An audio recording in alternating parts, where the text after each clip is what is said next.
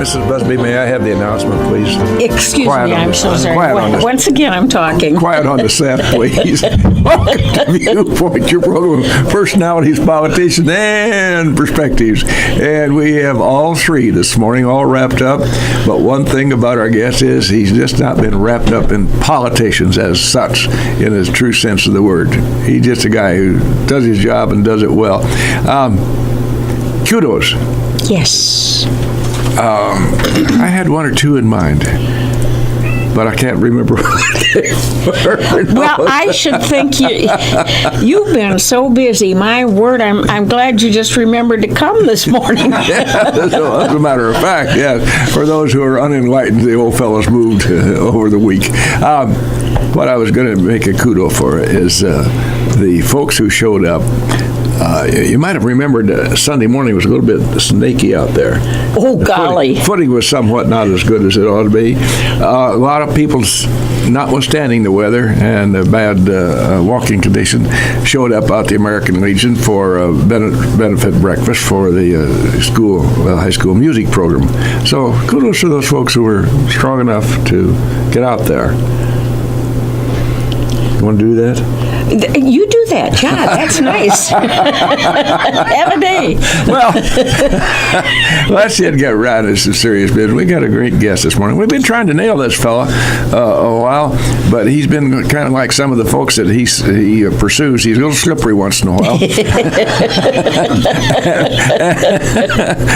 And his friendship with Judy K paid off, so we have our guest this morning. Well, actually, I'm nuts about him. But his friendship is with my daughter. They used to work together in another life, didn't you? Yes, we did. And Steve Nichols is going to retire. He's been the sheriff for us now and done a yeoman's job.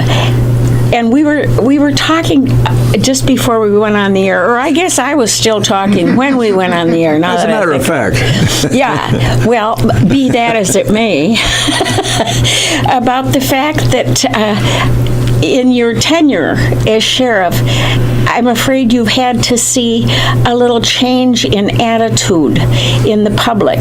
You know, that just kills me that we can't go back to the olden days insofar as, your mother and dad taught you that you will respect the policeman and the fireman and the teacher and the next door neighbor and anybody who's more than 6 months older than you are.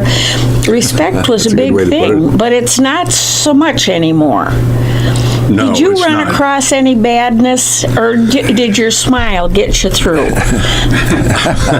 I don't know if it was my smile or anything like that, but things have changed. I mean, not for the better, certainly. Not all the time. Yeah. Well, not all the time, and I mean that's not the reason that I decided to retire or anything like that. But I remember when I was in school that if you disrespected a teacher, there was consequences. Oh, you want to believe it. And it wasn't just consequences at school, it was consequences from my father standing at the door when I got home. Yeah. And after about one of those trips, I decided that's not a way to go down the road. And that's changed. Now it just seems like we're trying to find somebody to blame for my actions. Yeah. And that's the hard part I have a hard time dealing with is, you did it, take responsibility for it, and let's move on. We don't need to point fingers, and you even see that national level. We see it in our politicians today. It's always somebody's fault. Why can't we just get together and get the job done? And that's the part that just is kind of disheartening for me over the last few years, is watching that. Well, Steve Nichols, you've been a heck of a sheriff, and in retrospect, are you glad you made this decision? I know that the job you had that preceded this wasn't exactly a skate, was it? No, I mean, since well knows and everything else, but it just seems like for the last 26, 28 years, I've been trying to help people with their problems, and I just kind of like to sit back and see if I have any. I've not heard about any. I mean, I know they're there, but Yeah, they'll come out sometime sooner or but later. it's just time. It's time for me to go on down the road. Now, am I going to quit working? No, I still got a kid that's a junior in college, so I still got some money to pay yet. But He'll have a label printed, a card printed that says "I Spy." Yeah. Maybe be a private detective or There something you no, like that. I think pretty well my law enforcement career is over. You call that so? With everything that's went on, I still would have jumped in the ring. Yeah. I mean, there was nights I went home questioning myself, but I tell you, it was probably the best 16 years, notwithstanding the 10 years when our Lincoln office at DCFS had our core group there for 10 years. I thought we got a lot of great things done there, but this last 16 years has probably been as fulfilling for me in my life. Never thought it would have taken that turn to go there, but I'm glad it did. You know, when your career as sheriff began, it really began on a tough note. You started out with your back against the wall. Kinda. I Yeah. don't know how it could be more difficult. No. That first 2 years was very interesting. I mean, we had a lot of things happening, and I think for me it was trying to handle what was happening, but then trying to put my spin on what I wanted the sheriff's office to look like. Yes. And getting people to come on board with my ideas, and that wasn't always easy. And to this day, I don't know if I did it right, wrong, or indifferent, but I got it to go to the direction I wanted it to go. I'd bet on you having done it right. You're quitting at the top of your game, Sheriff. Wait, you have to be as old as I am to remember these things. But it used to be the sheriff and the treasurer's flip-flop. Right, back. Dutch Keefe would be the sheriff one term, and then Raymond Downs would be the treasurer, and then they just flip-flop. And that's just, everybody accepted it. Well, I was like, That's the way when it my dad was. was sheriff, Yeah. it came time to flip-flop, and I remember him saying, "I'm not a treasurer." And so he moved on. So That was the end of that. and that was, and maybe that was good, bad, because then after that you could repeat yourself. When Sheriff Folk got in. But So. we've things are so much different. You've seen monumental changes from the time you first became a sheriff. One of the things I want to ask about is the paperwork, all the bureaucracy. Has that increased as much as I imagine it has? I think so much for us is going from paper to technology. That's probably the biggest change I've seen. And once you go down that path, there's no turning back. And there's days you wish you had just wrote it down on a piece of paper so you could find it easier. Because if the system goes down, you can't get anything. Can't do a doggone thing. No. And with the way technology is going, it's going to put a cost on the county down the road that's going to be astronomical. I mean, we think the dome is a problem right now. It's going to be small potatoes when technology fully takes over law enforcement. It's the new jail reforms, the new bond reforms that the state has set down, the Category A offenses, Category B offenses, this guy can bond out, this one can't. It's all changing, and I don't know if it's for the good or not, and I'm saying that simply because I think it's going to put more stress on the county and our finances. Everything puts stress on the government entities with expenses. It's just terrible, and it's kind of scary. You just wonder how they're going to pay for it. I know who's going to pay for it. Right. I know those people. They're right here in this room. Yeah, it's coming out of our pockets. I just like how the state puts mandates on us Oh, yeah. to do things when we can't even pay our bills. Well, they can't manage to do anything that matters except to hand down dictates Exactly. to what the rest of you ought to be doing. Well, you speaking of see. paying your bills, in case it's just in direct relationship, since is way behind, the state's way behind on compensating her for her travel expenses.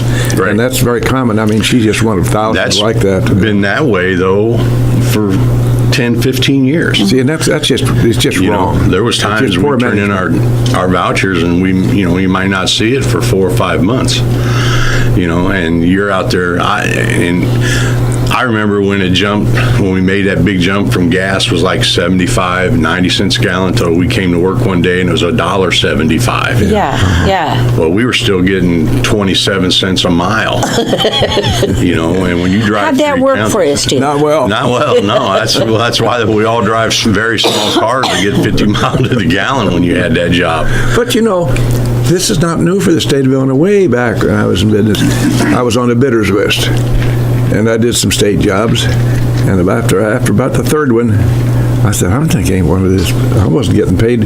Well, I'd get this bid and hadn't been paid for the last job I did. Right. I said, well, that's ridiculous. So I just took my name off the bidders list. But that was a long time ago, sir. But there's no reason for that at all. I mean, it's just poor management. And that's the way it is, and it's going to be that way. So it just, luckily, at our level, we don't do things that way. Yeah. I mean, Yes. The county board has given me a budget to work within, and that's what I do. And, And you've had surplus and turned the money back in, I've done that every year. And See, and I think that's important for the public to know. well, sometimes people look at it and say, well, he's not very good at handling his budget, because he's got money left over. Well, I didn't see a need in spending money on equipment at the end of the year Just because it was there. Just because it was there. I mean, I would imagine over the 16 years, I've been able to turn back probably close to $2 or $3 million that I didn't use, that I like to say that other entities then within the county got to use it to take care of them. And, at one time a board member, told me, he says, you're the best savings plan we got because we know you're not going to spend. Is that refreshing? Yes, it was. It made me feel good. Well, right, but there And again. in your job, you need something to make you feel good once in a while, didn't you? Every now and then. Yeah. But your modus operandi down through your tenure, Sheriff, has been not to be Sheriff Clark up there in Milwaukee on the air all the time with a big hat on and talking about how great you are. You've kept a low profile because your philosophy is do your job well. You don't need to brag about it and boast about it. That's like Judy said, I'm slippery sometimes. Well, I just don't, the people elected me to do the job, and that's what I've tried to do. They didn't elect me to be a movie star. Oh, you could have been, though. Could have, well. Yeah. It depends on what profile and which year. 648-5510. This might be your chance to wish your sheriff happy Valentine's Day. He's been a sweetheart of a sheriff, and he's done a good job for us down through the years.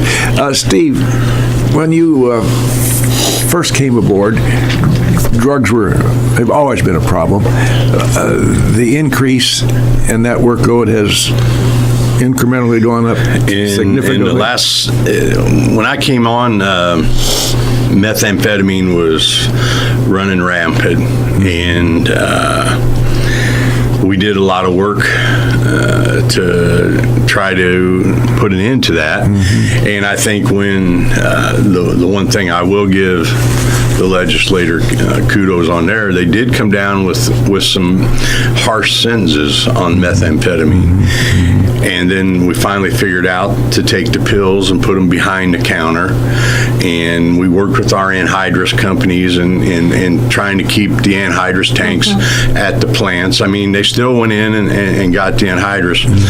But I think when people start going to jail for a lengthy amount of times, even they saw that it's not worth it, and they moved on to another drug. Not saying they quit having an addiction problem, but they moved on to something else, and for several years we didn't hear anything out of meth.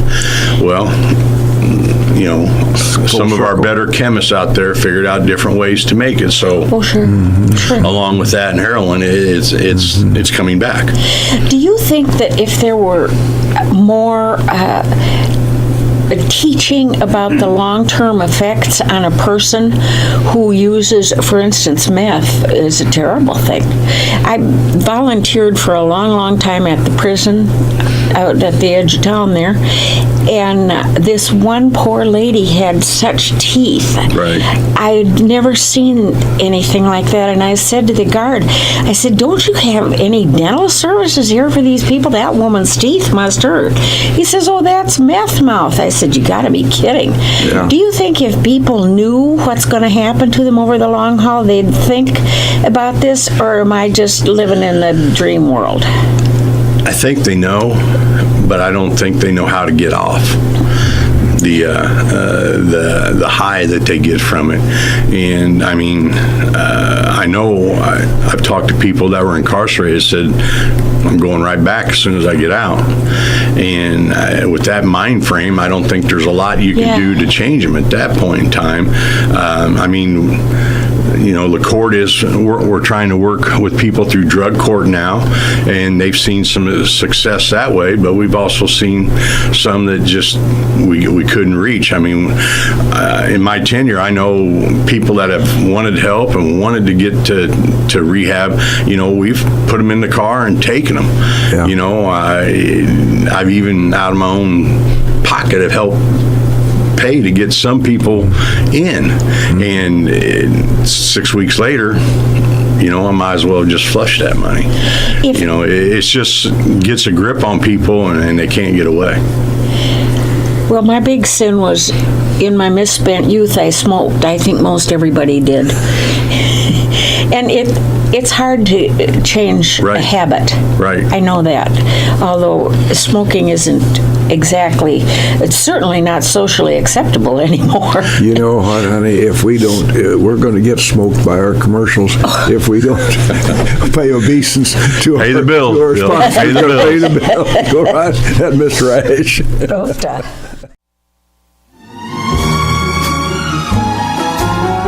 Right back live in the studios here at WLCN. Yes, the co-host of the show, Judy Busby, used all of her womanly wiles and so forth and prevailed upon our soon-to-be retired sheriff.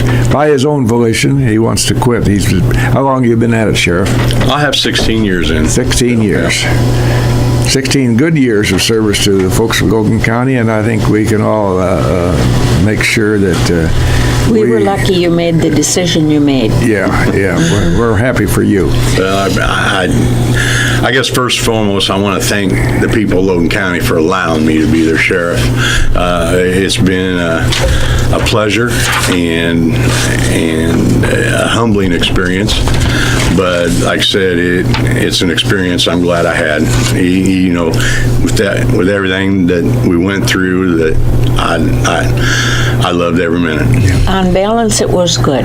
Yes. Yeah. Well, you've done a yeoman's job for us, but more importantly than the sheriff himself, excuse me, please, he has some folks in his staff, from the girl at the desk, right in the county sheriff's office, and you know what?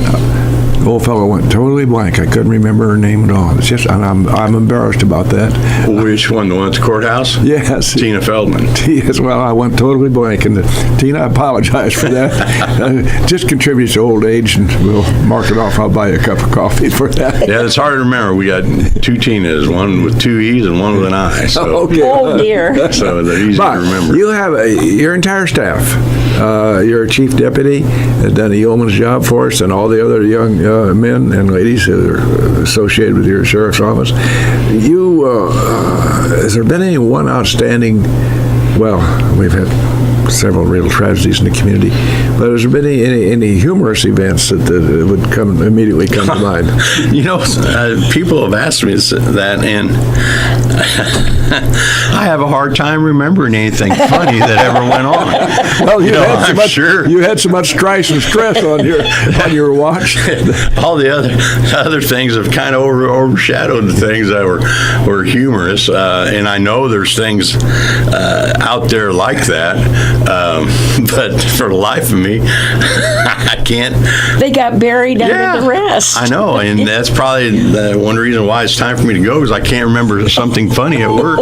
Now, I can tell you a lot of things we did at the DCFS office. We thought were humorous, but you talk about the staff bill that I had, and I tell you, the first 8 years I had Ricky Bacon there as my number 2, and you couldn't have asked for a better person there. And we'd known each other since we were kids, and our professional paths kind of went different directions, but we had talked over the years, and finally we had decided we were ready to jump in and do and run for sheriff back in 2002. And then talk about Chief Deputy Bunner now and Chief Deputy Landers. Landers runs the operational part, and John takes care of the admin part, and then Lieutenant Sean Kindred is over our investigations. And without them 3 guys now, it'd be a difficult office to run. Sometimes the younger guys look at me and I know they shake their head.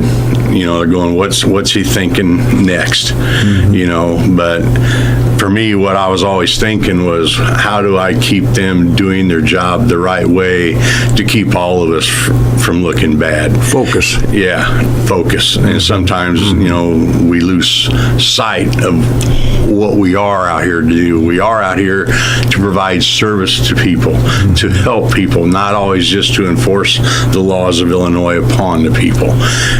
And I've always said, what was taught to me was sometimes the best ticket wrote is the one that stayed in your ticket book. Yes. You help people. No, that's exactly and right. If there's a situation they're in, we don't need to put salt in the wound sometimes by writing a ticket. And then there's times that we don't write tickets that maybe we should. So it's just finding that balance to do things the right way. And like I said, I know how I was brought up, how I was trained is a lot different than the guys that are working today. And unfortunately, I've got 30 years on some of the guys that are working for me. And I know, like I said, sometimes they go, what's he going to say to me today? But and that's probably the fun. There's some of the guys that I just walk in and I go, just what'd you screw up? What do I got to fix today? And they just look at me, and that's probably, and then I walk away laughing to myself, and they're in there going, oh, scratching their head about what's he talking about? I guess that's just my own way of enjoying it. Now, with your clients, do you have a lot of frequent flyers, or do you get an opportunity to meet lots of new people? I'm sure she has plenty of frequent flyers. We've had a rotunda of plenty of frequent flyers, but it's kind of a new game out there with the heroin trafficking. And it's not just Lincoln. I mean, we got outside forces coming to Lincoln, and that's where I wish our residents of Lincoln would be smart enough to say no. Because what they're doing is, enabling those other guys. They're enabling our people, and then our people are the ones going out and doing the dirty work and are getting in trouble, and then the enabler is fleeing Lincoln. No, they're walking off, and that's what, we're working at trying to get the enablers, the ones that are hooking our people. That's who we want. We don't want our residents that get hooked. We don't want them to sit in jail or have their family disrupted. It's the people that are coming in and starting it. That's who really law enforcement's focused on. I know sometimes it doesn't look that way, but that's our end game, is to get the person that's starting the mess. Yeah, well, you almost have to go to that in most instances in your life. Right. You can't just pluck away at the top. You have to get to the root. I'd like to address the danger or potential danger factor. We think here we're in Mayberry, where things are all placid and quiet, and Don Knotts is the sheriff. Well, we don't. Thank God we don't have a Don Knotts. But on a serious note, Every day they go to work, and there's a potential for danger, lethal danger. Well, even here in Logan County. Lincoln's not Mayberry anymore. Yeah, No. right. You know, there might have been a day back in the 60s and the 70s where you didn't worry about that stuff. I know, you know, when I was a kid in town, you know, that's not what we even thought about at that time, you know. But now, with what we've seen, what Lincoln PD's done a great job in the last couple of years. I mean, when we've got drive-by shootings in Lincoln, it's not Mayberry anymore. It's here, it's real. Right here in Logan County. In Exactly. Lincoln, city of Lincoln, drive-by shooting. Yeah. That's And- hard for the average person to comprehend Exactly. that and believe it. But it's you guys are on the line, so you know. Yeah, and like I said, and Lincoln's done a good job the last couple of years in fighting that, and you know, with Chief Adams and some of the guys he's got working for him, you know, we try to work together the best we can, help each other out the best we can, and I think we have. But like I said, you have to pay attention. You have to, you know, and what we like to get out to the people is you are our best eyes out there, you know, and we're not so much wanting you to get involved with everything we do, but if you see something, please give us a call, you know, and I've got people that know me. They'll see something, and this is more along lines of an accident or something like that. They'll call me at home and say, "Hey, Steve, there's a wreck on Route 10." And I go, "All right, I'll call it in for you, but next time just call 911. Yeah, you know, yeah. and give them a shout first, and then you can call me and tell me about it. What that is that's that little familial thing there. Well, it's the Yes. personal connection, and I understand Yeah, that, right. So you know, but that's human nature. yeah, I but know sometimes, you know, with me asking questions and then having to relay it to 911, it's easier for 911 to get that information and send it right out to the responding cars.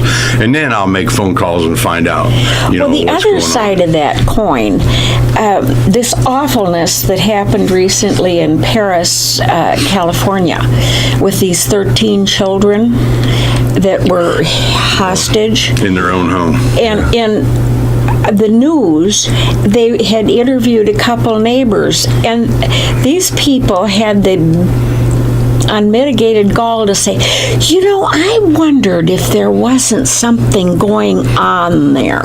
Yeah. Well, for crying out That's loud. what I call the ostrich syndrome. You put your head in the sand and hope it'll go Holy away. Friday. You know, I bet if you in your position ran into people saying something like that, in an instance like that, you'd want to pound their head. Well, at that point, you wish they would have stepped up, you know, but in today's society, we're also afraid of retaliation because that's a real thing. That's an important factor that you mentioned the word retaliation. That seems to have come full swing, and that's something about which you really have to take cognizance of today. Right. The retaliation factor. Right. Well, We didn't have that before. you know, kind of like the father last week that went after that doctor that And who could blame him? well, that's where, you know, there's, you know, as a police officer, you go, you know, I think should I get him before he gets to him or not? You know, and there's that part of you that you go, Let him go. I'll give him his 5 seconds if the judge wasn't. You know, I'll trip over a chair or something, but I'll get there. But you can't. You know, you gotta do your job because, you know, they have rights too. And there's days you question that, you know, but you know, you can't help. I'd have been the same way if I'd have been that dad. I'd have said, you know, hey, look, Batman, and I'd have went after the guy. You know, that's just the way it is. But the other retaliation is for people that do make the phone call. They wonder, is that person then going to come back and get me if you know, if they don't stay in jail or you know, do they have other friends that are involved? So I understand that part too.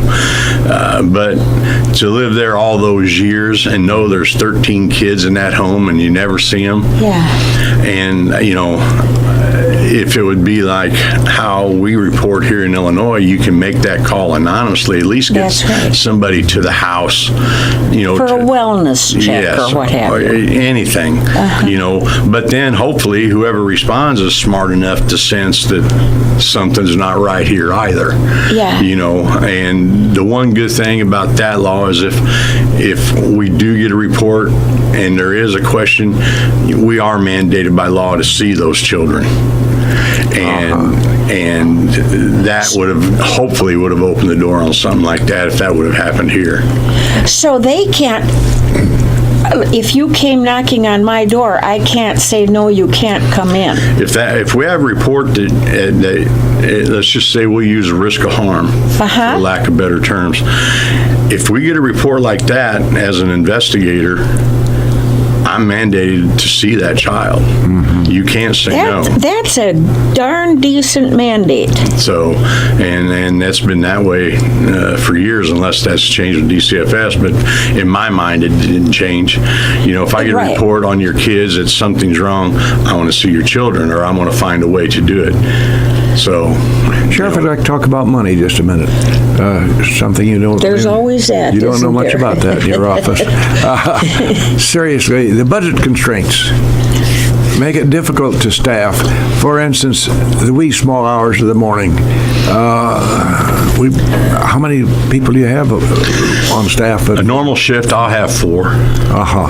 We've changed shifts and hours again. We had done some different shifts over the years, but over the last few negotiations, the deputies have made gains and the county has made gains. And what I like to say is it's no longer heavy on the deputy side of the way things are, and it's not heavy on the way the county gets things done. They're on the same page. It's equal for both sides, and I think that might have been one of my greatest accomplishments. And I hate using the word greatest, but it might have been a good accomplishment to where we got where things are equal for the people paying the deputies and for the deputies going out and doing their job. Yeah. And that's the way I look at it. It wasn't that way when I came in. I think there was some inequity as far as time, and people say, well, they're not getting paid for that time. Well, they do when they leave.